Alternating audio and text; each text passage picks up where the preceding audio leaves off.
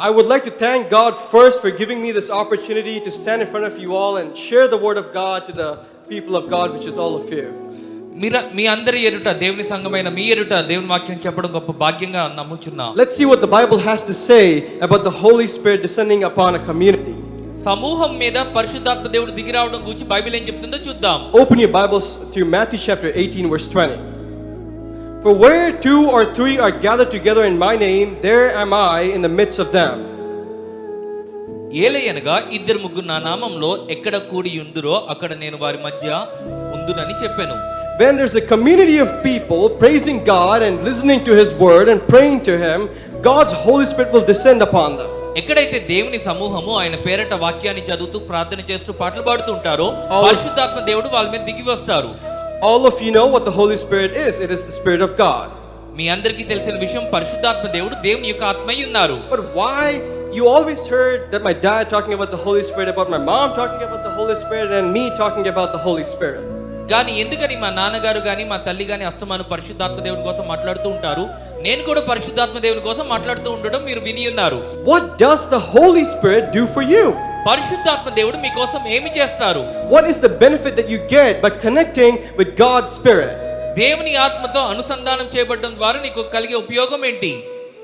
We need God's Spirit to understand His word. దేవుని యొక్క కార్యం అర్థం అవ్వాలంటే నీవు దేవుని ఆత్మ కలిగి ఉండాలి. Bible is not written by a man. Bible గ్రంథం మానవుడి చేత రాయబడలేదు. It was influenced by God. అది దేవుని చేత ప్రేరేపించబడింది. This is God's mind. ఇది దేవుని యొక్క మనసై ఉంది. And if you want to understand God's mind, you need His Spirit within you. నీవు దేవుని మనసు తెలుసుకోవాలంటే నీలో దేవుని ఆత్మను కలిగి ఉండాలి. John chapter 14 verse 26. యోహాను రాసిన సువార్త 14వ అధ్యాయం 26వ వచనం. It says, "But the Comforter, which is the Holy Ghost, whom the Father will send in my name, He shall teach you all things and bring all things to your remembrance, whatsoever I have said unto you." ఆదరణకర్తగా అనగా తండ్రి నా నామమున పంపబోవు పరిశుద్ధాత్మ దేవుడు సమస్తం మీకు బోధించి నేను మీతో చెప్పిన సంగతులన్నీ మీకు జ్ఞాపకంకు తెచ్చును. He will not only teach you how to learn the Bible, He will not only teach you how to conduct your life, He will protect you and He will guide you. ఆయన కేవలం నీకు Bible ఎలా చదవాలో నేర్పడు, కేవలం కాపాడడు, కానీ నీ జీవితాన్ని ఎలా భద్రపరచుకోవాలో చెప్తాడు.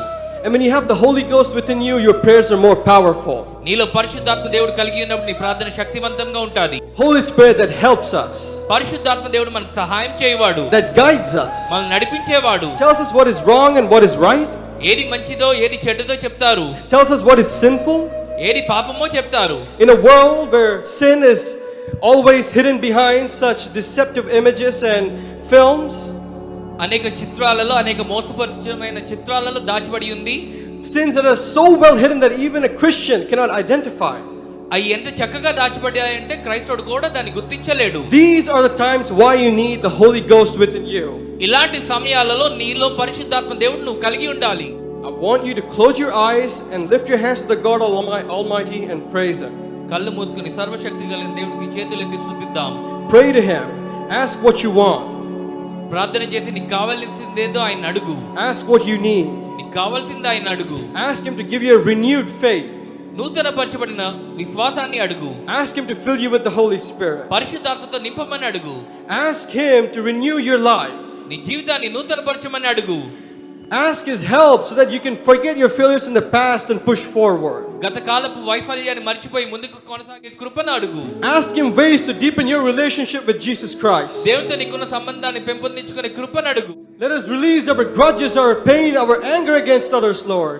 ఇతరుల గురించి శత్రువుల గురించి ఉన్నటువంటి అసూయ, ఆ బాధ, వేదన, మీకు ఏదో నష్టపరిచారేమో, కొంతమంది మిమ్మల్ని బాధ పెట్టారు, వారందరిని కూడా క్షమిస్తున్నానని చెప్పండి యేసయ్య నామములో. For these are nothing but binding chains that are keeping you held to the past. ప్రభువా, మేము క్షమించినప్పుడు మా జీవితాలను బంధించిన సాతాను సంకెళ్ళని తెంపివేస్తున్నందుకు స్తోత్రాలు చెల్లిస్తున్నాం. Let us lead the world from darkness to light. అయ్యా, చీకటి మార్గంలో ఉన్న వారందరికీ వెలుగు మార్గంలోకి వచ్చుదురుగాక. Let us be the light in this world.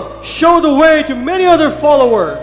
మేమే కాదు, మేము పొందుకున్న మేలులను అనేకులకు చూపి యేసయ్య మార్గమును చూపించే కృప మాకు దయచేయండి. Help us not to be led by our conscience but God conscience. ప్రభువా, మాకేదో ఉన్నటువంటి మా సెన్స్, మా కాన్షియస్ ని బట్టి కాదు కానీ దేవా, నీ ఆత్మ నడిపింపు మాకు దయచేయండి. You lead our mind and you lead our heart.